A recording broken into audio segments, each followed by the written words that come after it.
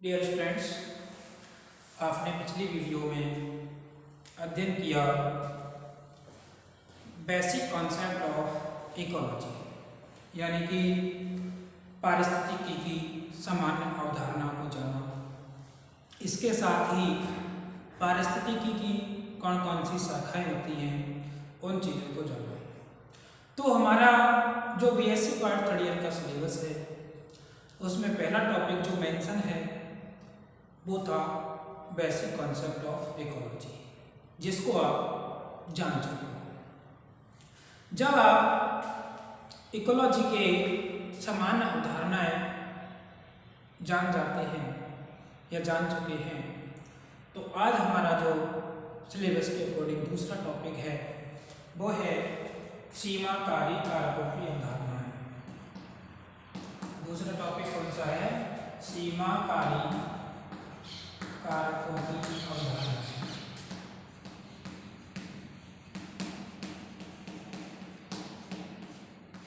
ठीक है, यानी कि कॉन्सेप्ट ऑफ लिमिटिंग फैक्टर्स, यानी कि सीमाकारी कारकों की अवधारणा है। इन सीमाकारी कारकों की अवधारणाओं को जानने से पहले हम इन सीमाकारी कारक को जानने की कोशिश करेंगे कि सीमाकारी कारक क्या होते हैं। सीमाकारी कारक क्या होते हैं, यानी कि लिमिटिंग फैक्टर क्या होते हैं।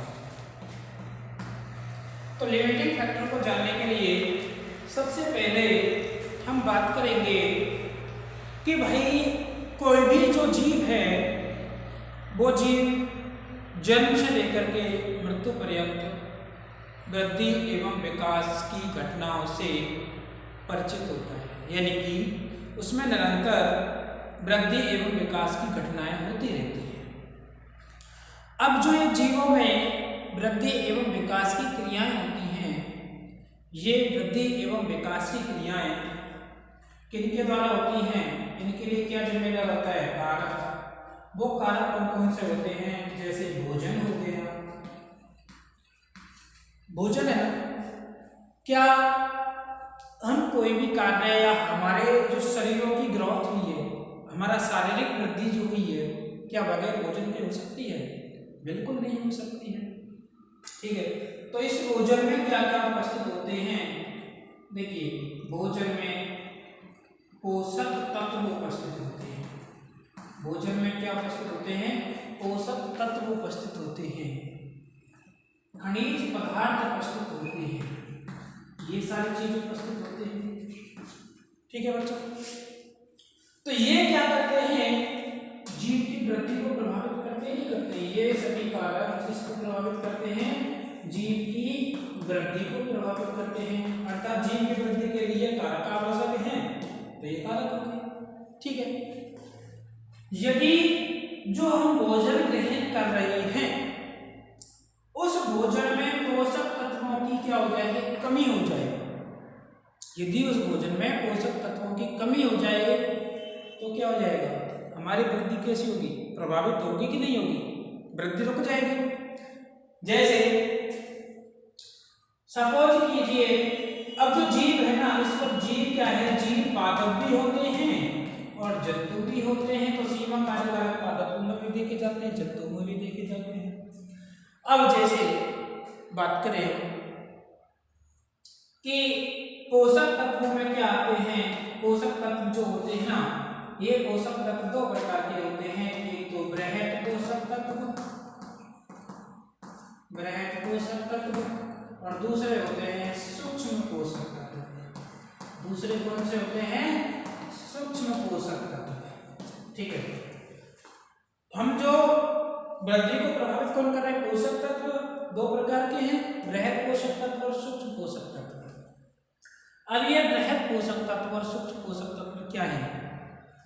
जिनकी हमारे शरीर के लिए ज्यादा मात्रा आवश्यक होती है, यानी कि ऐसे तत्व जो हमारे शरीर के लिए ज्यादा मात्रा में आवश्यक होते हैं, बृहत पोषक तत्व कहलाते हैं।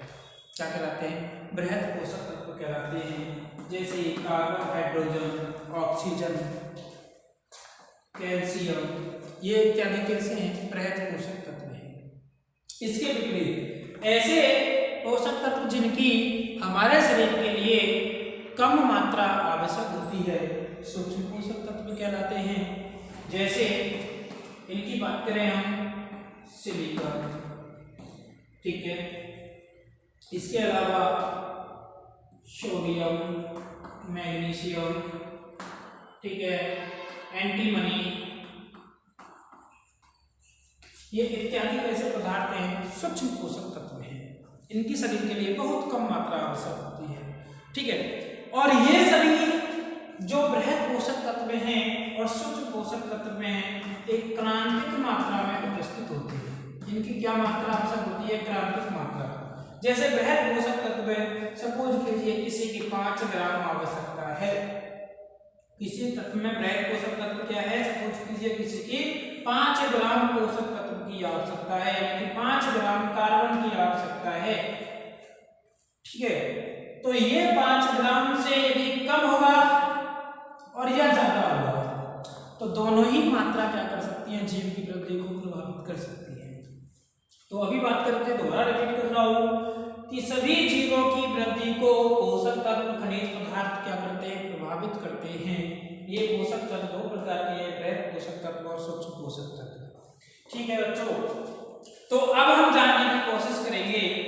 अभी देखिए आपने क्रांतिक मात्रा में आवश्यक होते हैं ये, यानी कि बृहद पोषक तत्व और सूक्ष्म पोषक तत्व इनकी एक जीव के लिए निश्चित मात्रा आवश्यक होती है, जिसे हम क्या कहते हैं? क्रांतिक मात्रा कहते हैं, ठीक है।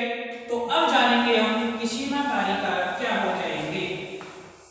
सीमाकारी कारक जैसा स्पष्ट हुआ है सीमा, तो क्रांतिक मात्रा क्या है? सीमा है। क्रांतिक मात्रा जो भी बात की थी हमने वो क्या डिसाइड कर रही है? सीमा को निर्धारित कर रही है।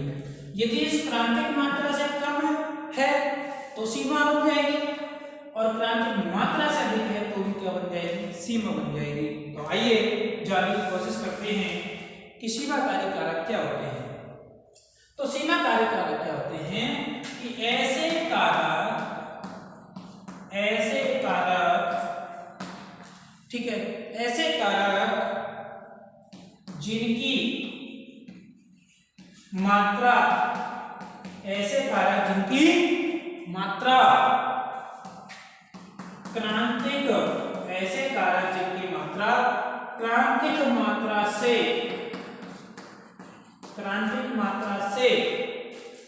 कम अथवा अधिक हो, कम अथवा अधिक हो, जो जीवों की वृद्धि को प्रभावित करते हैं। जो किसको प्रभावित करते हैं? निश्चित मात्रा से कम मात्रा है, यानी क्रांतिक मात्रा से कम है या अधिक है, तो वो क्या करते हैं? जीवों की वृद्धि को प्रभावित करते हैं, क्या कहलाते हैं? सीमाकारी कारक कहलाते हैं। क्या कहलाते हैं?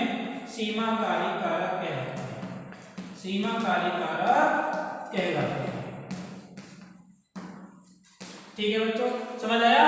यानी कि ऐसे कारक जिनकी मात्रा क्रांतिक मात्रा से कम अथवा अधिक है, कम मात्रा भी और अधिक मात्रा, दोनों ही मात्राएं क्या करती हैं? जीवों की वृद्धि को प्रभावित करती हैं, तो वे कारक क्या कहलाते हैं? सीमाकारी कारक कहलाते हैं, ठीक है। ठीक, तो जैसे अभी हमने बात की थी कि एक एंटीमनी जो तत्व है, पोषक तत्व होने को तो बेशक, परंतु कैसा है? ये सूक्ष्म पोषक तत्व है। कैसा पोषक तत्व है? सूक्ष्म पोषक तत्व है। सूक्ष्म पोषक तत्व का मतलब इसकी शरीर के लिए बहुत कम मात्रा आवश्यक होती है, जिसकी मात्रा लगभग 0.01% आवश्यक है हमारे शरीर के लिए। किसकी मात्रा है? 0.01 है। यदि यह मात्रा 0.001 हो जाए, इससे कम हो गई, या फिर यह मात्रा 0.1 हो जाए, इससे अधिक हो गई, इससे कम 0.001, मतलब क्रांतिक मात्रा कितनी आवश्यक है? 0.01। यदि यह मात्रा कम हो गई यानी 0.00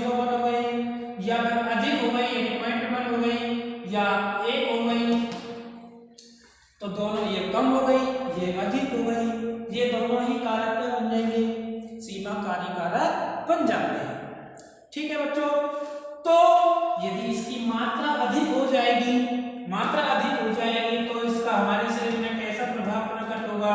विषैला प्रभाव प्रकट हो जाएगा, यानी कि हमारा शरीर विष से ग्रसित हो जाएगा, जहर से ग्रसित हो जाएगा और हमारी कोशिकाओं की मृत्यु हो सकती है या जीव की मृत्यु हो सकती है जब मात्रा अधिक हो गई।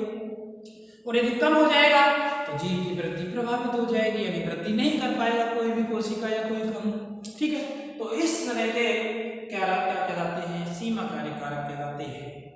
ठीक, आगे बढ़ते हैं हम कि जो ये सीमाकारी कारक होते हैं, इन सीमाकारी कारकों को सर्वप्रथम कैसे पहचाने दें? तो देखते हैं, हम जनरली बात करते हैं, खेतीबाड़ी करते हैं अपन, एक खेत में तो पैदावार बहुत अच्छी होती है, उसके पास ही दूसरे खेत में पैदावार बहुत कम होती है। इस तरह से भी जान सकते हैं हम उनको ना। एक खेत में तो क्या हुई? अच्छी पैदावार हुई, दूसरे खेत में कम पैदावार हुई। उसका कारण क्या हुआ? एक खेत में तो क्या है? उपयुक्त मात्रा में पोषक तत्व उपस्थित हैं, जबकि दूसरे खेत में कम मात्रा में पोषक तत्व हैं जो उस फसल की वृद्धि के लिए आवश्यक हैं। तो इससे एक खेत में अच्छी पैदावार हो जाएगी जिसमें पोषक तत्व पर्याप्त मात्रा में है, जबकि दूसरे खेत जिसमें पोषक तत्व कम मात्रा में है उनमें क्या हो जाएगा? पैदावार कम होगी। तो वो भी क्या है? सीमाकारी कारक कहलाएंगे। तो ये मस्तिष्क में चलता रहेगा। तो सर्वप्रथम एक साइंटिस्ट थे, जस्टिस फॉन लिविंग। एक साइंटिस्ट का नाम है जस्टिस फॉन लिविंग। इस लिविंग ने सर्वप्रथम इन सीमाकारी कारकों की अवधारणा को प्रस्तुत किया। किसने? Justus von Liebig, JF Liebig ने सीमाकारी कारकों की अवधारणा को प्रस्तुत किया। किसकी अवधारणा को प्रस्तुत किया? सीमाकारी कारकों की अवधारणा को प्रस्तुत किया। ठीक है, जिसे इनके सम्मान में क्या कहा जाता है? लिविंग का नियम कहा जाता है। क्या कहा जाता है? लिविंग का नियम। लिविंग का नियम किसे कहते हैं? कि जो सर्वप्रथम इस अवधारणा किसने प्रस्तुत किया है? लिविंग ने। परिभाषा भी यही हो जाएगी। ठीक है, और लिविंग ने सर्वप्रथम इस अवधारणा को दिया है, इस नियम को दिया है, जिसे हम क्या कहते हैं? लिविंग का नियम कहते हैं। और लिविंग का नियम जो होता है किस पर निर्भर होता है? पोषक तत्वों पर निर्भर होता है। किस पर निर्भर होता है? पोषक तत्वों पर निर्भर होता है। ठीक है बच्चों, तो इस लिविंग के नियम को समझाने के लिए हम एक उदाहरण लेते हैं। उदाहरण लिविंग का नियम कैसे बताया जा सकता है? क्योंकि अपन यहाँ पे जंतु विज्ञान पढ़ रहे हैं, तो जंतु विज्ञान के अकॉर्डिंग बच्चों आपने BSc द्वितीय वर्ष में आपने पढ़ा, एक चैप्टर था प्रोटीन। प्रोटीन की इकाई क्या होती है? अमीनो अम्ल होती है। और जो अमीनो अम्ल होते हैं वो दो प्रकार के होते हैं, आवश्यक अमीनो अम्ल और एक अनावश्यक अमीनो अम्ल। आवश्यक अमीनो अम्ल वे अमीनो अम्ल होते हैं जिनका शरीर में संश्लेषण नहीं होता है, जबकि अनावश्यक अमीनो अम्ल ऐसे होते हैं जिनका हमारे शरीर में संश्लेषण होता है। टोटल 20 प्रकार के अमीनो अम्ल ज्ञात हैं, जिनमें से 10 आवश्यक हैं, 10 अनावश्यक हैं। तो लिविंग ने किसके आधार पर सीमाकारी कारकों का नियम दिया है? लिविंग का नियम पोषक तत्वों के आधार पर दिया है। उदाहरण लेते हैं कि सपोज कीजिए कि जीव की वृद्धि के लिए कोई आवश्यक अमीनो अम्ल है, आवश्यक अमीनो अम्ल की कमी हो जाए, किसी आवश्यक अमीनो अम्ल की क्या हो जाए? कमी हो जाए। आवश्यक अमीनो अम्ल की कमी हो जाए, यानी कि जो 10 आवश्यक अमीनो अम्ल हैं, 10 आवश्यक अमीनो अम्ल हैं, ये 10 आवश्यक अमीनो अम्ल क्या करेंगे? किसी विशिष्ट प्रोटीन का निर्माण करेंगे। अमीनो अम्ल एक श्रृंखला में जुड़कर ही तो प्रोटीन का निर्माण करते हैं ना। तो 10 आवश्यक अमीनो अम्ल किसका निर्माण कर रहे हैं? प्रोटीन का निर्माण कर रहे हैं, विशिष्ट प्रकार की प्रोटीन का निर्माण कर रहे हैं, जिनमें क्या हो गई? एक आवश्यक अमीनो अम्ल की क्या हो गई, कमी हो गई, और बाकी 9 आवश्यक अमीनो अम्ल कैसे है, पर्याप्त मात्रा में उपस्थित हैं, उनकी क्या है, पर्याप्त मात्रा उपस्थित है, परंतु एक अमीनो अम्ल क्या हो गया है, कम हो गया है, तो जो बनने वाली विशिष्ट प्रोटीन है वो नहीं बन पाएगी, अर्थात इच्छित प्रोटीन की प्राप्ति नहीं होगी, और जब इच्छित प्रोटीन नहीं बनेगी तो जीव की वृद्धि नहीं होगी, जिसे क्या कहते हैं, लेविक का नियम। क्योंकि अमीनो अम्ल क्या है, पोषक तत्व हैं, और पोषक तत्वों की क्या हो गई है, कमी हो गई है, ठीक है। तो इसके आधार पर इन्होंने क्या बताया है, इसमें क्या दिया है, लेविक का नियम दिया है, उदाहरण आपको समझ आ गया, ठीक है।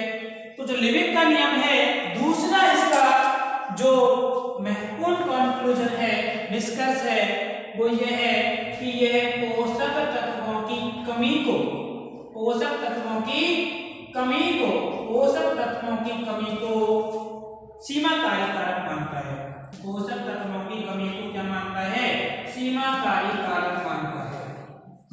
जो लेविक का नियम है ना, लेविक का नियम केवल पोषक तत्वों की कमी को ही सीमाकारी कारक मानता है, जबकि अधिकता को नहीं मानता है, क्योंकि सबसे पहले दिया जाने वाला नियम है, तो इसको हम लेविक का नियम कहते हैं। आगे चल के वैसे तो देखा जाए यह लेविक का नियम एक वास्तविक नियम, पूर्ण नियम है, परंतु यह सही बातों को प्रकट नहीं कर पाता है, इसलिए इसमें समय समय पर अनेक संशोधन किए गए हैं। जो लेविक का नियम है, इस लेविक के नियम में क्या किए गए हैं, समय समय पर अनेक संशोधन किए गए हैं। अब वो संशोधन कैसे कैसे किए गए हैं वो देखने की कोशिश करेंगे अपन आगे चल के। तो जो लेविक का नियम था, लेविक का नियम वैसे तो कैसा है, पूर्ण नियम है। लेविक का नियम कैसा है, कंप्लीट नियम है, परंतु इसमें समय समय पर क्या किए गए हैं, संशोधन किए गए हैं, संशोधन किए गए हैं। तो इसमें सर्वप्रथम संशोधन जो किया गया था, एक वैज्ञानिक है जिसका नाम है ब्लैकमैन। क्या नाम है, ब्लैकमैन। इस लेविक के नियम में सर्वप्रथम इस ब्लैकमैन नामक वैज्ञानिक द्वारा संशोधन किया गया, जिसके आधार पर उस नियम को क्या कहा गया, दूसरा नियम आ गया लेविक ब्लैकमैन का नियम, लेविक ब्लैकमैन का नियम, लेविक ब्लैकमैन का नियम। ओके, तो लेविक ब्लैकमैन का नियम क्या है, देखिए इस ब्लैकमैन ने किसमें संशोधन किया है, लेविक के नियम में, जिसे क्या कह रहे हैं, लेविक ब्लैकमैन का नियम कह रहे हैं, ठीक है। जो ब्लैकमैन ने संशोधन किया, इसके लिए उन्होंने पौधों में प्रकाश संश्लेषण का अध्ययन किया। ब्लैकमैन ने किसका अध्ययन किया, प्रकाश संश्लेषण का अध्ययन किया। ब्लैकमैन ने लेविक के नियम में संशोधन करने के लिए किसका अध्ययन किया, प्रकाश संश्लेषण का अध्ययन किया, और इस प्रकाश संश्लेषण के लिए 5 कारकों को जिम्मेदार माना। किन कारकों को, 5 कारकों को जिम्मेदार माना, 5 कारकों को जिम्मेदार माना, जिनमें पहला कारक था जल की मात्रा। पहला कारक क्या था, जल की मात्रा। क्योंकि आप प्रकाश संश्लेषण की अभिक्रिया पढ़ चुके हो, प्रकाश संश्लेषण की अभिक्रिया क्या होती है, 6CO2 plus 6H2O plus 6H2O, यह सूर्य के प्रकाश की उपस्थिति में, प्रकाश संश्लेषण की बात कर रहा हूं मैं, सूर्य के प्रकाश की उपस्थिति में यानी H की उपस्थिति में क्या बनाता है, C6H12O6 बनाता है, यानी कि वो जो पदार्थ बनाता है। तो इसके लिए क्या है, प्रकाश में जल की मात्रा आवश्यक है, दूसरी क्या मात्रा आवश्यक है, CO2 की मात्रा आवश्यक है, CO2 की मात्रा। यानी कि प्रकाश संश्लेषण के लिए ब्लैकमैन ने 5 कारक जिम्मेदार बताए। तीसरा है क्लोरोफिल की मात्रा, क्लोरोफिल की मात्रा, क्लोरोफिल की मात्रा। और चौथा कारक है क्लोरोफिल का प्रकार। चौथा प्रकार क्या है, क्लोरोफिल का प्रकार। चौथी जो बात है जिम्मेदार क्लोरोफिल का प्रकार। वो है तापमान। तो ब्लैकमैन ने इन 5 कारकों को जिम्मेदार माना जिसके लिए प्रकाश संश्लेषण के जैसा आपको रिएक्शन में दिख रहा है। ठीक है, तो ब्लैकमैन ने क्या संशोधन किया है, देखिए ब्लैकमैन ने संशोधन करने के लिए प्रकाश संश्लेषण का अध्ययन किया और वो कैसे अध्ययन किया, इसने ग्राफ बनाया और ग्राफ बना करके ये बताया कि देखिए जो पीएस का मतलब है फोटोसिंथेसिस यानी प्रकाश संश्लेषण, और यहाँ पे उन्होंने लिखी CO2 की मात्रा।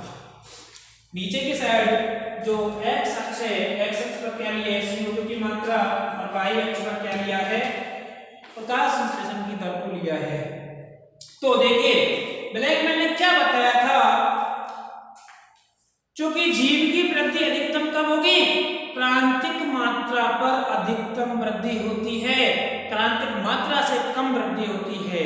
ठीक है, लेविक का नियम जो है केवल कम मात्रा को ही सीमाकारी कारक मानता है, अधिक मात्रा को सीमाकारी कारक इन्होंने नहीं बताया है अभी। ठीक है, आगे चलते संशोधन में बताएंगे इस चीज को। तो क्या होता है कि जब CO2 की मात्रा मान लीजिए 0.001 है तो प्रकाश संश्लेषण की दर इतनी होती है। यदि इसकी मात्रा को और बढ़ाते हैं थोड़ा सा तो प्रकाश संश्लेषण की दर इतनी हो जाती है 0.01, और थोड़ा सा और बढ़ाते हैं तो इसकी मात्रा इतनी हो जाती है 0.1%। ठीक है, और यदि इसके बाद CO2 की मात्रा को बढ़ाया जाए ना तो प्रकाश संश्लेषण की दर नहीं बढ़ती है। समझ आया? CO2 की मात्रा किसके लिए आवश्यक है, प्रकाश संश्लेषण के लिए आवश्यक है।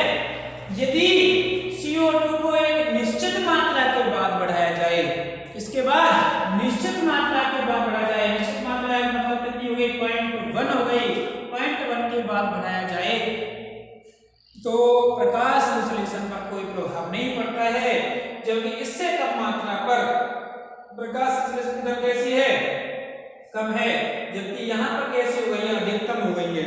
इसके बाद यदि CO2 की मात्रा को बढ़ाएं तो प्रकाश संश्लेषण की दर नहीं बढ़ेगी, प्रकाश संश्लेषण की दर नहीं बढ़ेगी, जबकि इससे कम वाले कारक सीमाकारी कारक बन जाते हैं, जिसे क्या कहते हैं, लेवी-ब्लैकमैन का नियम। तो लेवी-ब्लैकमैन ने प्रकाश संश्लेषण के लिए कारकों को जिम्मेदार माना। इस तरह से CO2 हो गया। इसी तरह से तापमान को लें तो निश्चित तापमान तक तो प्रकाश संश्लेषण अधिकतम होगा, लेकिन उसके बाद जब तापमान को बढ़ाया जाए तो प्रकाश संश्लेषण की दर पर कोई प्रभाव नहीं पड़ता है कि प्रकाश संश्लेषण तीव्र हो जाए, जबकि कम प्रकाश पर प्रकाश संश्लेषण की दर घट जाएगी, जिसे क्या कहते हैं, लेवी-ब्लैकमैन का नियम कहते हैं। ठीक है, ये होता है लेवी-ब्लैकमैन का नियम। समझ आया आपको?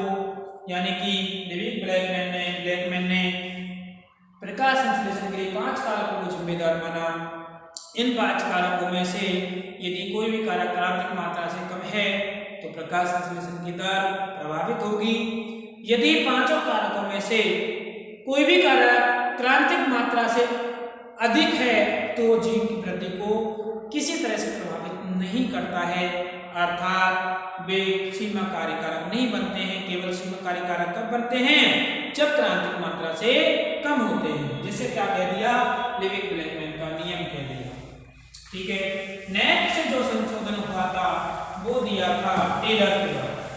नेक्स्ट संशोधन किसके द्वारा दिया गया, टेलर के द्वारा दिया गया।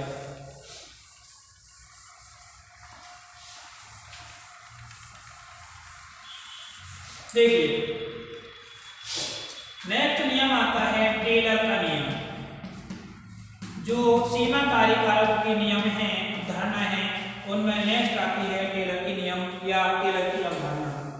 टेलर ने क्या बताया कि भाई अभी तक जो आपने देखे हैं सीमाकारी कारक कब बन रहे हैं, जब क्रांतिक मात्रा से कम उपस्थित हैं। क्रांतिक मात्रा से कम मात्रा है तो वो सीमाकारी कारक कहलाती है। परंतु टेलर का नियम जो दिया था वो नियम कहलाया कारक अंतः क्रिया का नियम। वो नियम क्या कहलाया, कारक अंतः क्रिया का नियम। अब ये कारक अंतः क्रिया का नियम क्या है, देखिए कोई कारक है, जैसे एक कैल्शियम है, दूसरा स्ट्रोंशियम है। दूसरा कौन सा है, कैल्शियम है। ये नियम कैसे दिया गया देखिए, क्योंकि आप जानते हो जो मोलस्क जंतु है, एक मोलस्क जंतु घोंघा, घोंघा के बारे में आपने सुना है, देखा है, सेकंड ईयर में पढ़ा है आपने।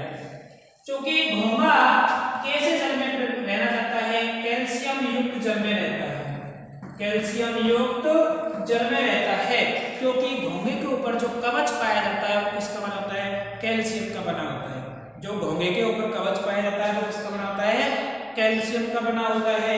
इसलिए ये कैसे जल में रहना चाहता है, चूने युक्त जल में रहना पसंद करता है, अर्थात कैल्शियम वाले जल में रहना पसंद करता है। अब सपोज कीजिए ये कैल्शियम हो गया ना, अब ये कोई जलाशय है जिसमें ये घोंघा पाया जा रहा है, परंतु इसमें कैल्शियम कैसा हो गया, कम हो गया, कैल्शियम कम हो गया, जबकि इसके लिए कैल्शियम चाहिए तो सीमा कार्यकारक बन जाना चाहिए। परंतु क्या होता है कि इसी जल में क्या उपस्थित है, स्ट्रोंशियम भी उपस्थित है, तो इस कैल्शियम का स्थान कौन ले लेता है, स्ट्रोंशियम ले लेता है। मतलब एक कारक का स्थान दूसरा कारक ले लेता है, जिसे कारक अंतः क्रिया का नियम कहते हैं। मतलब ये दोनों कारक आपस में क्या कर लेते हैं, इंटरेक्शन कर लेते हैं, अंतः क्रिया कर लेते हैं, जिसे कारक अंतः क्रिया का नियम कहते हैं। ठीक है, तो एक कारक ने दूसरे कारक का स्थान ले लिया है, इस वजह से इसको क्या बोलते हैं, कारक अंतः क्रिया का नियम।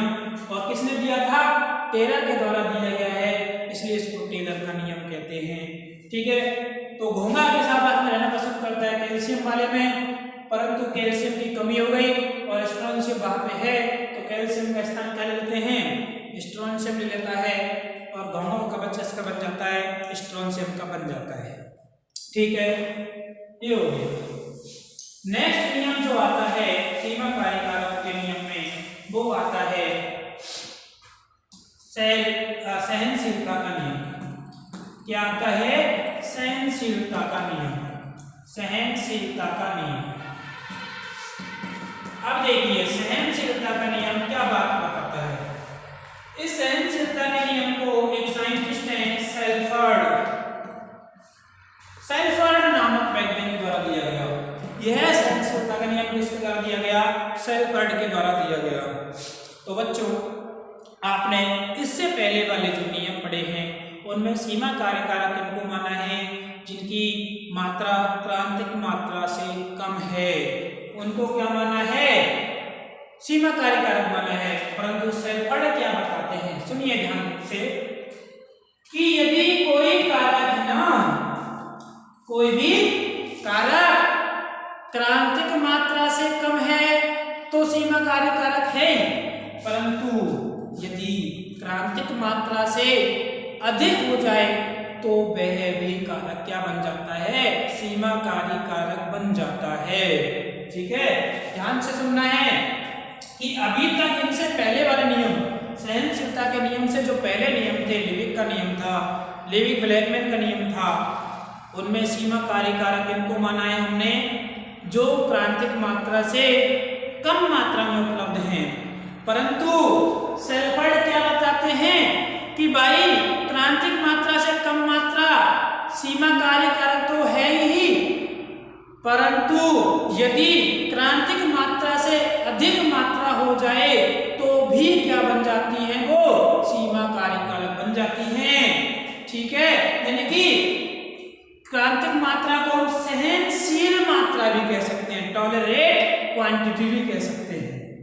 ठीक है, जैसे किसी जीव के लिए 6 ग्राम मात्रा आवश्यक है, किसी जीव के लिए पोषक तत्व की मात्रा कितनी आवश्यक है, 6 ग्राम, और ये हो गई 8 ग्राम, ये हो गई मात्रा 8 ग्राम। तो सहनशीलता कितनी थी उसकी, केवल 6 थी, लेकिन 6 से अधिक हो गई, तो ये भी क्या बन जाएगा, सीमाकारी कारक बन जाता है, जैसा कि आपने परिभाषा में देखा था।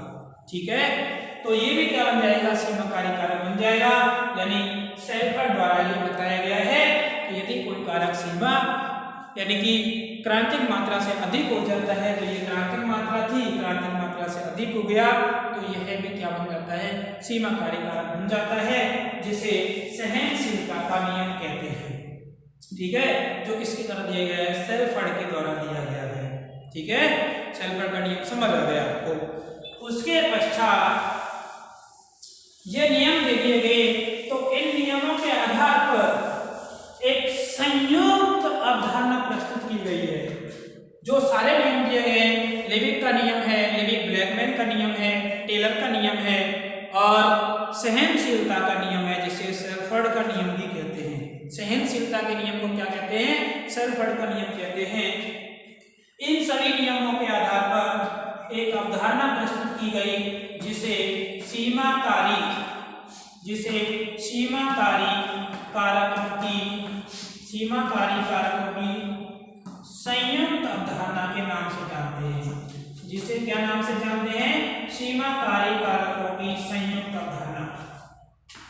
तो देखिए, इन सभी नियमों के आधार पर क्या अवधारणा प्रस्तुत हुई है? सीमाकारी कारकों की संयुक्त अवधारणा, यानी कि compound concept of limiting factor, compound concept of limiting factor. ठीक है, सीमाकारी कारकों की संयुक्त अवधारणा, compound concept of limiting factor. तो ये सभी नियमों के आधार पर बनाई गई है। तो इस अवधारणा का मतलब क्या है? देखिए, इस अवधारणा का मतलब क्या है कि जब कोई पदार्थ या कारक, जब कोई पदार्थ यानी कि पोषक तत्व या कोई अन्य वातावरणीय कारक जैसे CO2 हो गया, प्रकाश हो गया, जल की मात्रा हो गई, तापमान हो गया, ये वातावरणीय कारक हैं, ये भी जीव की वृद्धि को प्रभावित करते हैं। ठीक है, तो जब कोई पदार्थ या कारक क्रांतिक मात्रा से कम हो और अधिक हो, कम मात्रा भी और अधिक मात्रा भी क्या बन जाती है? सीमाकारी कारक बन जाती है। ठीक है, तो इसका मतलब ये देखिए, ये तो आप पहले नियम में पढ़ चुके हो, कम मात्रा भी और अधिक मात्रा भी दोनों ही सीमाकारी कारक बन रही हैं। परंतु ये अवधारणा, संयुक्त अवधारणा कैसे प्रकट होती है? क्योंकि कोई जीव की वृद्धि के लिए ये तो है नहीं कि कोई एक कारक ही जिम्मेदार हो, बहुत कारक जिम्मेदार होते हैं। क्या होते हैं? अनेक कारक जिम्मेदार होते हैं, अनेक कारक जिम्मेदार होते हैं। अब उन कारकों की मात्रा घट बढ़ सकती है। अभी तक हमने केवल एक कारक को लेकर के अध्ययन किया है। एक कारक कम हो गया तो भी सीमाकारी कारक हो गया, एक कारक अधिक हो गया तो भी सीमाकारी कारक हो गया। परंतु संयुक्त अवधारणा क्या बताती है कि जीवों की वृद्धि जो होती है ना, अनेक कारकों द्वारा निर्धारित होती है। यदि इन अनेक कारकों में से कोई एक कारक तो क्या हो गया, इन अनेक कारकों में से, बहुत कारकों में से एक कारक कम और दूसरा क्या हो गया? अधिक हो गया। दूसरा कारक क्या हो गया? एक कारक तो कम, दूसरा कारक अधिक हो गया। तो ये दोनों ही कारक क्या बन जाते हैं? तो ये दोनों ही कारक क्या बन जाते हैं? सीमाकारी कारक बन जाते हैं। तो ये दोनों ही कारक क्या बन जाते हैं? सीमाकारी कारक बन जाते हैं। यानी एक कारक कम था, दूसरा कारक अधिक था, क्योंकि बहुत से कारकों द्वारा निर्धारित होती है जीव की वृद्धि। तो एक कम दूसरा अधिक, तो ये क्या बन जाता है? सीमाकारी कारक बन जाता है, जिसे सीमाकारी कारकों की संयुक्त अवधारणा कहते हैं। जिसे क्या कहते हैं? सीमाकारी कारकों की संयुक्त अवधारणा कहते हैं। इसको देखिए, इस तरह से समझ सकते हैं अपन। इस सीमाकारी कारकों की समझाने के लिए एक इकोलॉजिस्ट थे, एक इकोलॉजिस्ट हैं। इकोलॉजिस्ट का मतलब पारिस्थितिक, E.P. ऑडम एक पारिस्थितिक ने इस संयुक्त अवधारणा को समझाने के लिए एक वक्र प्रस्तुत किया। ये वक्र देखिए इस तरह का था, इस तरह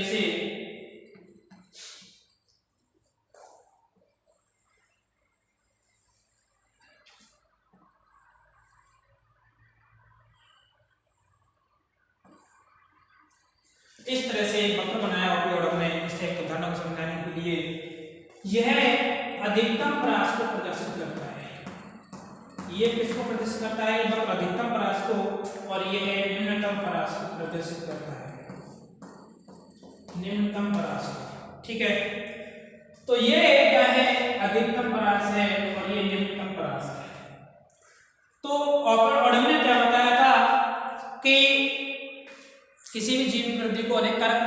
करते हैं उन कारकों में से एक कारक कम और दूसरा कारक अधिक है तो जीव की वृद्धि प्रभावित होती है और वे क्या बन जाते हैं, सीमा कारक बन जाते हैं। जैसे एक एग्जाम्पल है वुड फ्रॉग, एक एग्जाम्पल आता है वुड फ्रॉग का। ये वुड फ्रॉग के अंडे जो होते हैं, वुड फ्रॉग के अंडे 5 डिग्री सेल्सियस से 24 डिग्री सेल्सियस तापमान के बीच जीवित रहते हैं। तो इसके क्या हो गई, एक निम्न सीमा और ऊपरी सीमा। तो ओडम ने क्या बताया था, ओडम ने इस सीमा कारकों की संयुक्त धारणा के लिए एक परास को निर्धारित किया। किसको निर्धारित किया, एक रेंज को निर्धारित किया। किसको निर्धारित कर दिया, रेंज को। सीमा कारकों के लिए किसको निर्धारित कर दिया, परास को निर्धारित किया, जिसमें ये अधिकतम परास हो गई, इस तरह समझाया गया कि निम्नतम परास हो गई। तो इसको उदाहरण कैसे समझा सकते हैं कि वुड फ्रॉग के अंडे 5 डिग्री सेल्सियस से 24 डिग्री सेल्सियस के बीच जीवित रहते हैं, अर्थात ये निम्नतम परास 5 डिग्री सेल्सियस, अधिकतम परास 24 डिग्री सेल्सियस। यदि यह मात्रा 5 डिग्री सेल्सियस से कम होती है तो क्या बन जाएगी, सीमा कारक बन जाएगी, और 24 डिग्री सेल्सियस से अधिक होती है तो भी क्या बन जाएगी, सीमा कारक बन जाएगी। समझ आ रहा है इससे? यदि इससे अधिक मात्रा होगी तो क्या बन जाएगी, वुड फ्रॉग के अंडे नष्ट हो जाएंगे, अर्थात वृद्धि नहीं होगी उनमें। और यदि तापमान 5 डिग्री सेल्सियस से कम हो जाएगा तो भी वुड फ्रॉग के अंडे नष्ट हो जाएंगे। तो निम्नतम परास और अधिकतम परास होती है, इसने बताया था ओडम ने।